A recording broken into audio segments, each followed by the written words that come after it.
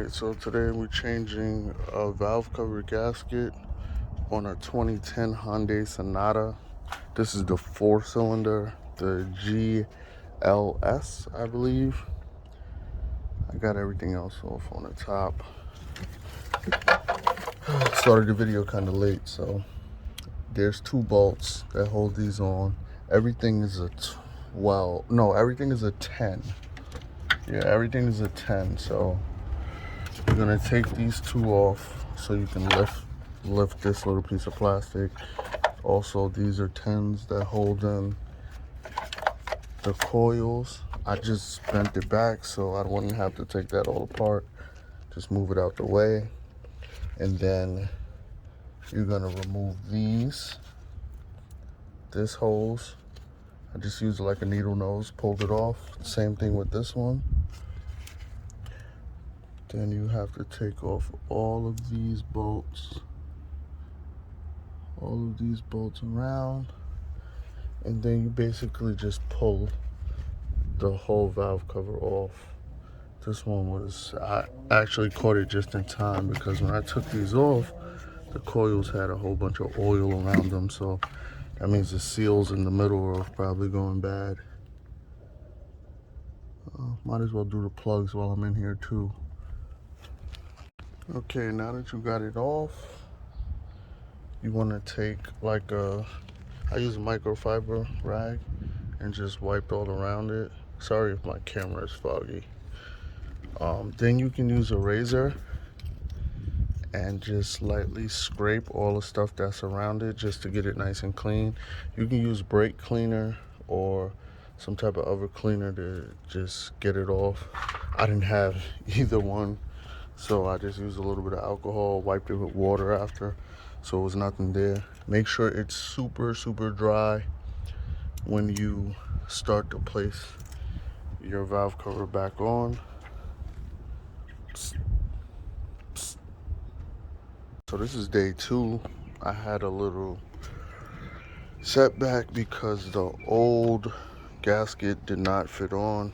So I had to, well, the new gasket I bought was not the right one. So make sure you guys always check your production year because apparently there's 2 different valve cover gaskets. So this is the one, this is the brand that I used.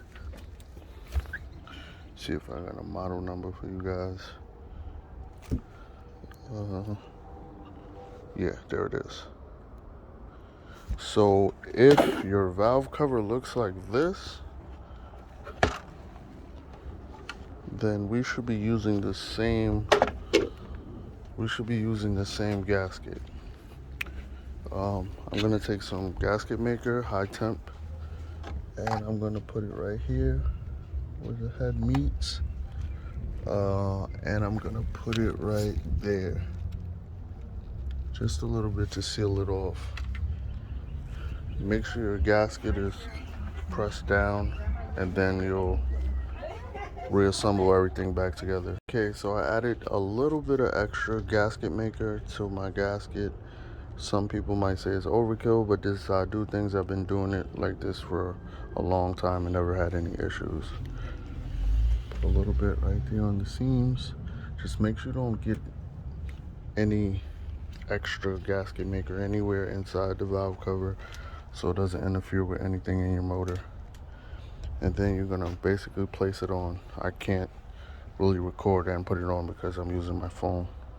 Alright, so normally I don't use an impact or drill for things like this. I hand tighten it, so I'm just using this to basically cut my work time in half, but I'm not getting it tight.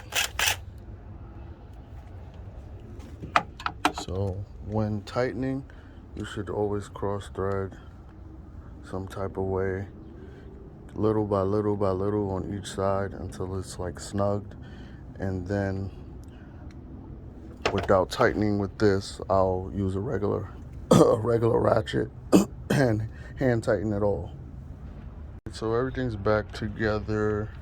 Everything's straightforward. I don't think you guys really needed to see me put everything back together, but like I said before, I just cross-threaded everything, every little spot, the ones in the middle, until it was snugged down. Then I hand tightened it down.